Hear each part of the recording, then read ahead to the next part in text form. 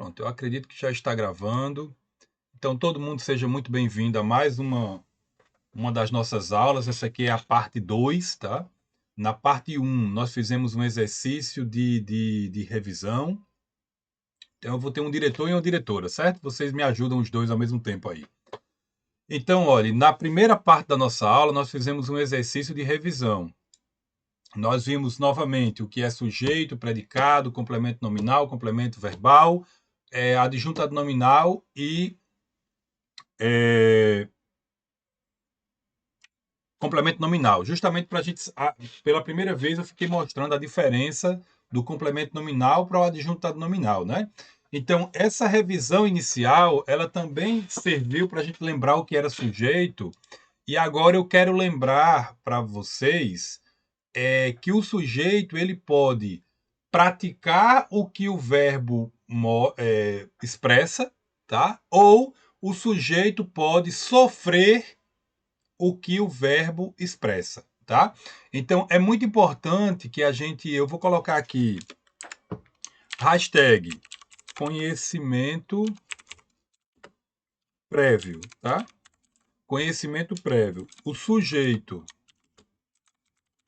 pode praticar a ação verbal ou o sujeito, mais uma vez lógica, né? Isso ou aquilo, pode sofrer a ação verbal. Então, isso aqui é um conhecimento prévio. E aqui eu vou colocar hashtag conceito, certo? O que eu queria que vocês entendessem aqui? Vou fazer aqui um exemplo bem banal, exemplo de estilo de vídeo que tem aí muitos na internet, né? Vamos dizer assim, eu estou com uma fome danada agora. Nesse momento eu estou tomando um cafezinho. Então eu poderia dizer assim, olha, o professor fez um café, certo? Isso aqui todo mundo já tem plena condição de saber que o professor aqui é o sujeito e esse professor praticou a ação de fazer o café. Esse aqui é um exemplo bem didático, bem simples mesmo, certo? Então o professor é o sujeito, certo? Sujeito,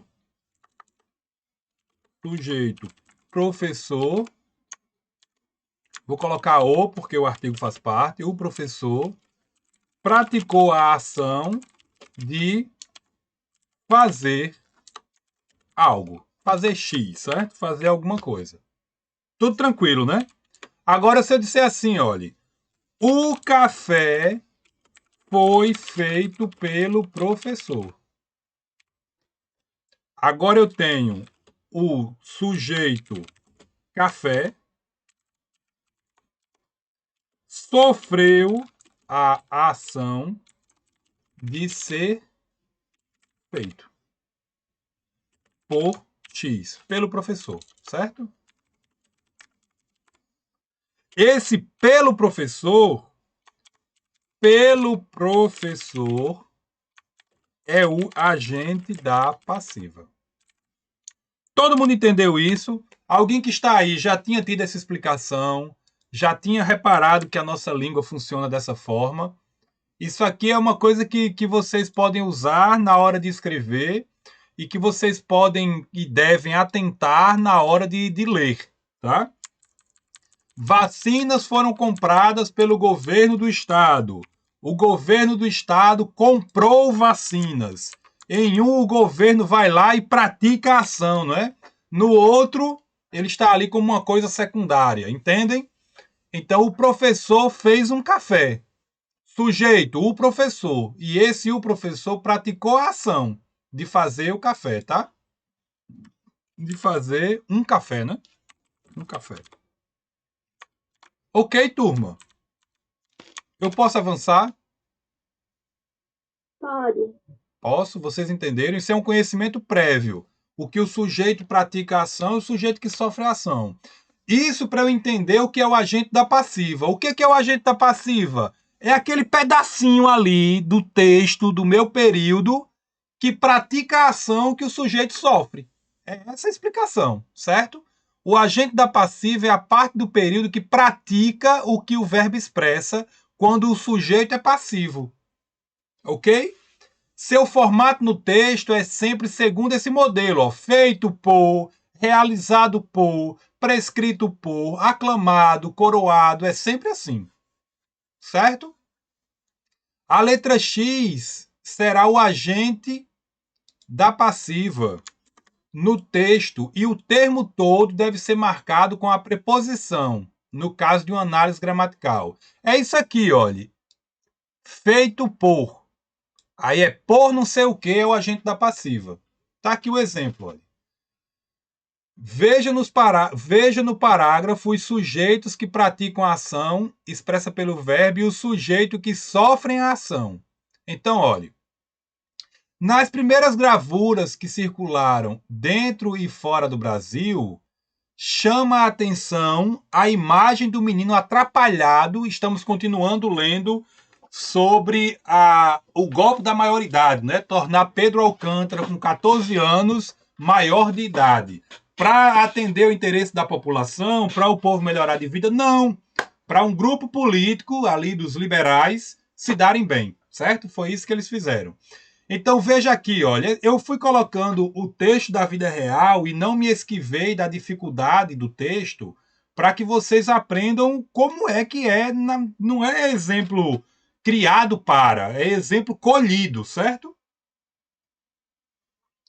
Então veja que aqui nas gravuras que circularam dentro e fora do Brasil, eu teria uma ideia aqui de lugar onde foi verificado isso, certo?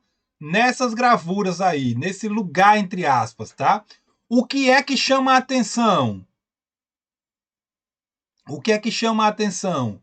A imagem do menino atrapalhado com os detalhes de sua vestimenta um pouco grande. Então a imagem do menino atrapalhado com os detalhes de sua vestimenta um pouco grande, esse pedaço aí pratica a ação de chamar a atenção. Dá para entender que é um sujeito ativo? Por favor, reajam aí no chat. A nossa aula vai ficar mais e mais interativa, viu? Isso aqui, olha, essa imagem chama a atenção. Certo? Na ordem direta, vocês diriam aqui, olha. Vocês diriam assim, isso aí está na ordem invertida, né? Chama, não. A imagem do menino chama a atenção nas gravuras. Eu coloquei aí de forma resumida. Entenderam? Na vida real, os textos são escritos assim. Não é o menino chama a atenção. É desse jeito aí que vocês estão vendo, na vida real. Então, aqui é o sujeito. Esse sujeito pratica a ação de chamar. Ele que chama. Tudo bem, gente? Perguntas? Não estão dizendo nada no chat, viu? Não estão dizendo nada no chat. Eu estou acompanhando o chat. Por favor, interajam aí, digam pelo menos, beleza, professor, avança, vai lá. Olhe, já nos retratos oficiais, o nosso monarca parecia. O nosso monarca aí é o sujeito. Ele não está recebendo nada. Ele parece com alguma coisa. Ok? Parecia um Bourbon ou um Habsburgo, que são famílias nobres de reis lá da Europa, tá? Até porque a monarquia brasileira, olha, a monarquia brasileira, faltou marcar o A aqui. A monarquia brasileira pratica a ação de decidir. É um sujeito ativo. Ela decidiu. Todo mundo entendeu isso, gente? Por favor, digam aí. Porque aí, quando a nossa atividade avaliativa, eu vou falar assim, que eu não estou pensando só nisso. Eu quero que vocês ganhem 5, 10 mil reais passando no concurso e sabendo fazer essa análise aí. E que saber fazer isso ajude vocês a ter inteligência para estabelecer outras relações dentro dos textos e saber ler os textos melhor. Falem alguma coisa no chat, por gentileza. Eu estou perguntando, dá para ver que se a monarquia brasileira pratica a ação de decidir, é um sujeito ativo.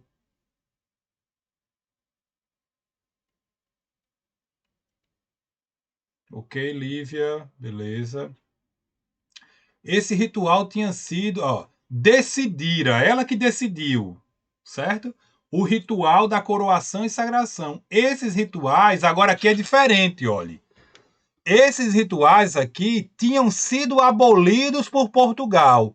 Veja que o sujeito aqui é esses rituais. Agora, quem pratica a ação de abolir algo não é o sujeito. Quem pratica é Portugal. Então, por Portugal aqui é o agente da voz passiva. E esse sujeito é um sujeito passivo. Sujeito passivo. Ele recebe a ação. Ok? Esses rituais, o ritual de coroação e sagração, ele tinha sido abolido por Portugal, né? Aí eu fui, olha aí, desde o desaparecimento do rei Dom Sebastião em Alcácer Quibir. Esse rei Dom Sebastião foi para uma guerra, uma batalha, dizendo que ia libertar o mundo de religiões que não eram a religião católica e implantar o catolicismo no mundo todo. Nessa batalha ele desapareceu e os portugueses ficaram anos e anos e anos, décadas, dizendo que ele ia voltar, ia restaurar a glória de Portugal, certo? Então, para os portugueses, a esperança de retorno do rei perdido era sempre renovada. E por essa razão, os reis Bragança, Pedro Alcântara era um, continuavam a ser aclamados pelo ritual. Então, olhe, os reis Bragança continuavam a ser aclamados. Agora, eles não eram aclamados por eles mesmos. Eles não praticavam a ação de aclamar alguém. Eles recebiam a ação que esse ritual aí praticava. Dá para entender isso? Dá para entender? É como se eu dissesse assim, olha. Aqui para ficar repetidamente para ficar claro. O professor explica o conteúdo. Aí eu pratico a ação de explicar. O conteúdo é explicado pelo professor.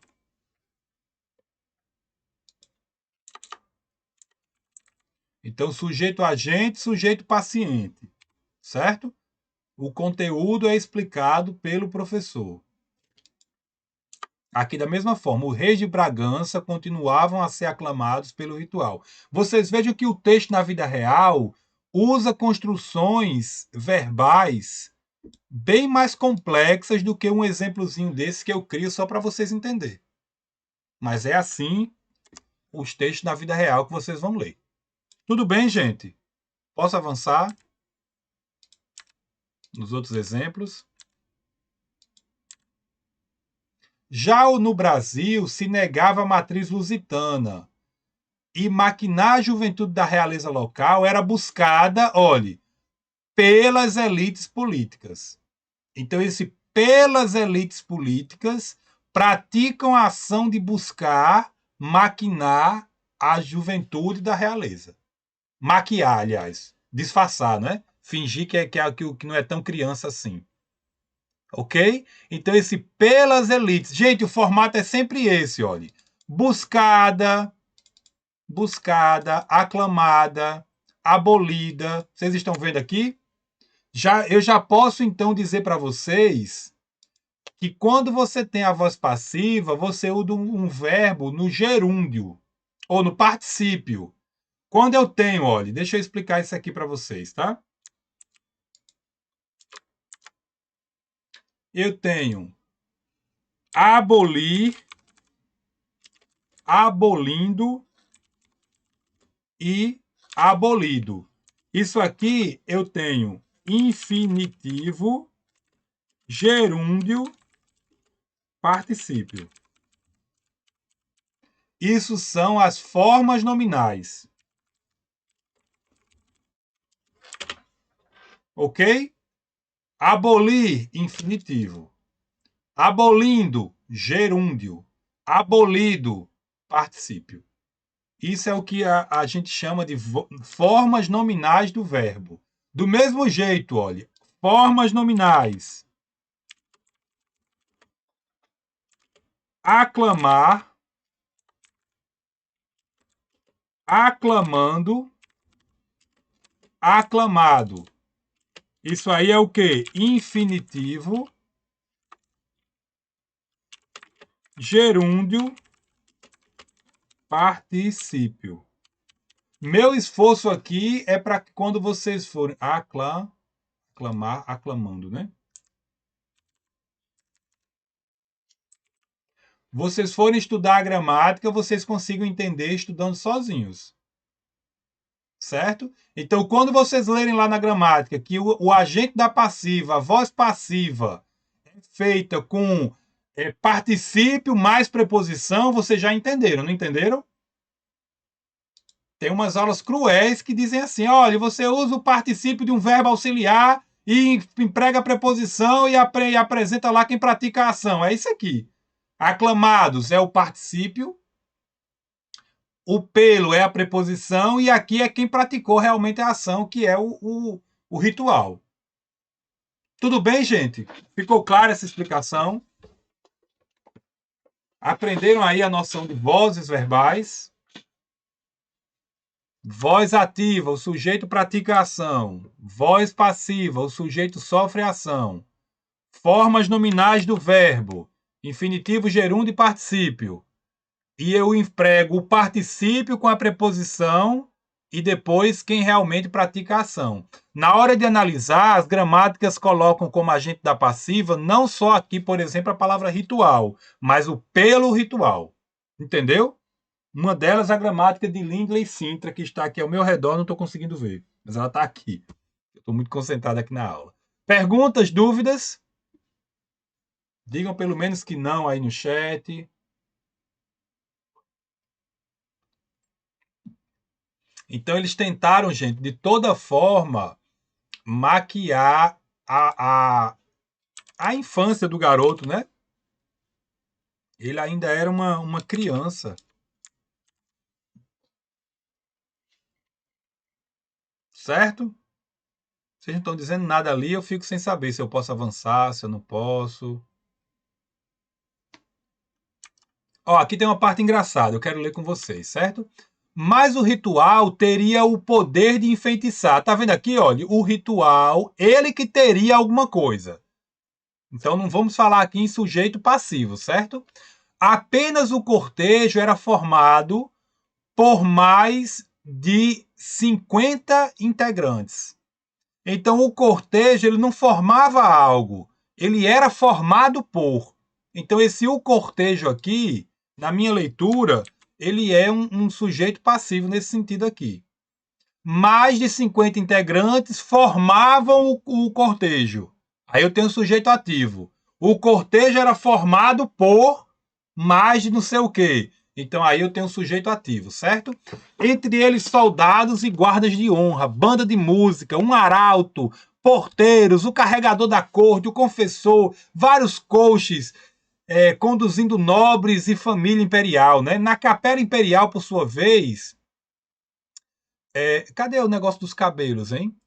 É mais na frente. Na capela imperial, por sua vez, já achavam-se reunidas partes selecionadas da corte que esperava pelo beijamão, né? Conta-se que... Ah, tá aqui, essa parte é engraçada, pessoal. Ó.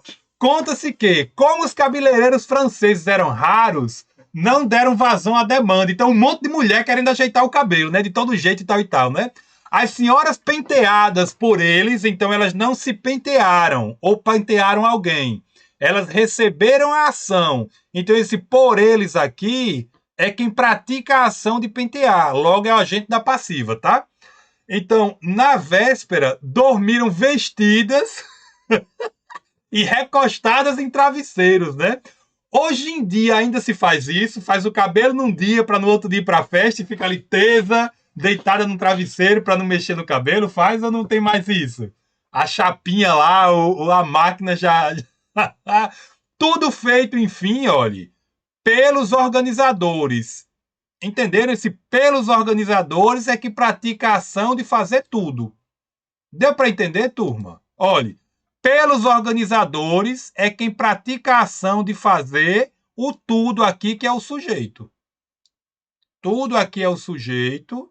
Esse tudo não fez, ele recebeu. Está claro isso? Para que o evento lembrasse uma versão autêntica da mais tradicionais das sagrações europeias. Então montaram aí todo moído para parecer que era uma coisa muito importante, bem feita, né, e tal, o golpe da maioridade, certo? Perguntas? Querem perguntar alguma coisa? Digam aí algo. A desmentir a autenticidade da cena à europeia estava apenas os súditos, com suas cores mais morenas e a pobreza do ambiente tão bem disfarçada pelos pintores oficiais. Então, olhe, a pobreza ela foi disfarçada, aí pelos aqui pratica a ação de disfarçar a pobreza. Entenderam? Você tem aí a voz passiva. Esse pelos pintores oficiais. Então veja, gente, do mesmo jeito que uma fotografia é um recorte da realidade, que uma matéria de televisão é um recorte da realidade, os pintores também fizeram um recorte da realidade adulterando, né? O lugar pobre, e os pintores foram lá e deram uma embelezada na coisa, né? Repicaram os sinos, soaram as salvas e a multidão saudou o novo imperador, não é? Com a pesada coroa na cabeça, arrastando o longo manto e com a murça de plumagem, dando-lhe um aspecto exótico de imperador, do divino, subiu Dom Pedro os degraus do trono. Aqui Dom Pedro, ó, é o sujeito ativo. Dom Pedro pratica a ação de subir algo, não é subir os degraus. Então Dom Pedro aqui é sujeito ativo. Do trono e olhou, né? Ele praticou essa ação também, ó. Ele olhou para a turba a seus pés. Então tinha ali uma multidão, né? Assim pequeno, ele parecia uma figura alegórica. Mas o que valia era a lógica do espetáculo, olhe, proporcionado pelo Estado. Então o Estado aqui é o agente que na voz passiva pratica a ação de proporcionar algo. Eu fui aqui bem detalhista, digamos, repetitivo, mostrando mais uma vez, mostrando de novo e outra vez a noção de agente da passiva com vocês. Vamos ver a imagem de Dom Pedro aqui, né? Como é que ela foi pintada. Olha aí ele consagrado. Disfarçaram bem, viu? Mas tem a desconfiança de que a roupa era grande demais. E se está em Brasil uma biografia, é a figura 70 que as pesquisadoras aí encontraram para mostrar para a gente como é que ilustraram Dom Pedro consagrado. Vocês acham que tá chique essa roupa ou tá meio fora de moda? Vocês usariam se sentindo chique? Ou ficou lá para aquela época mesmo? Ok, turma? Então veja, eu vou parar aqui o compartilhamento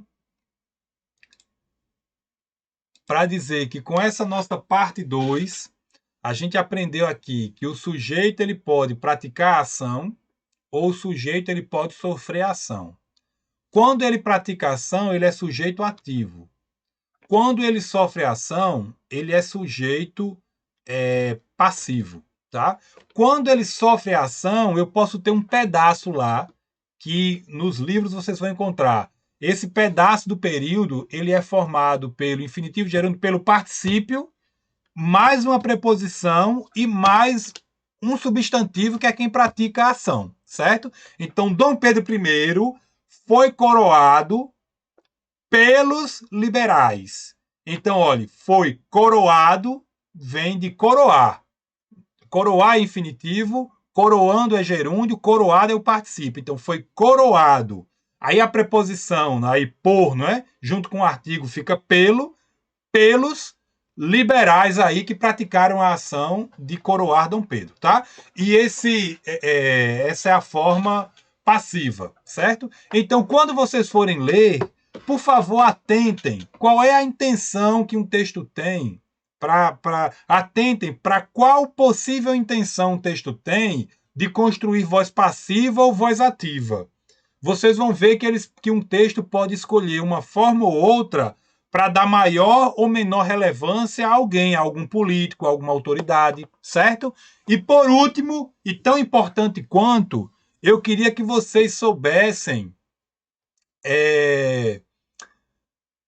ter a malícia de, quando forem ler e encontrarem um texto na voz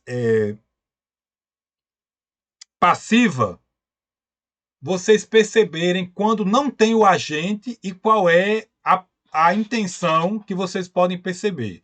Por exemplo, atualmente a gente está vendo ali um desastre imenso, né? Um túnel lá em São Paulo, ali vai ser muito dinheiro perdido, né? E tal.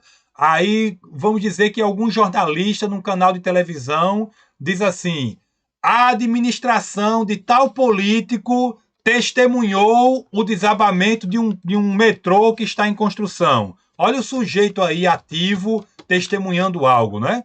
Agora você pode dizer assim: o metrô foi desabado na tarde de ontem, e não dizer nem o que foi que praticou a ação de desabar.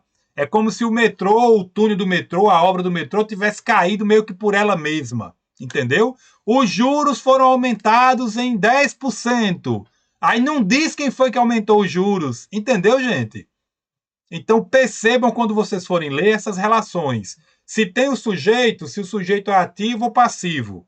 Se tem voz passiva, se tem o agente da passiva ou se não tem, qual é a malícia disso.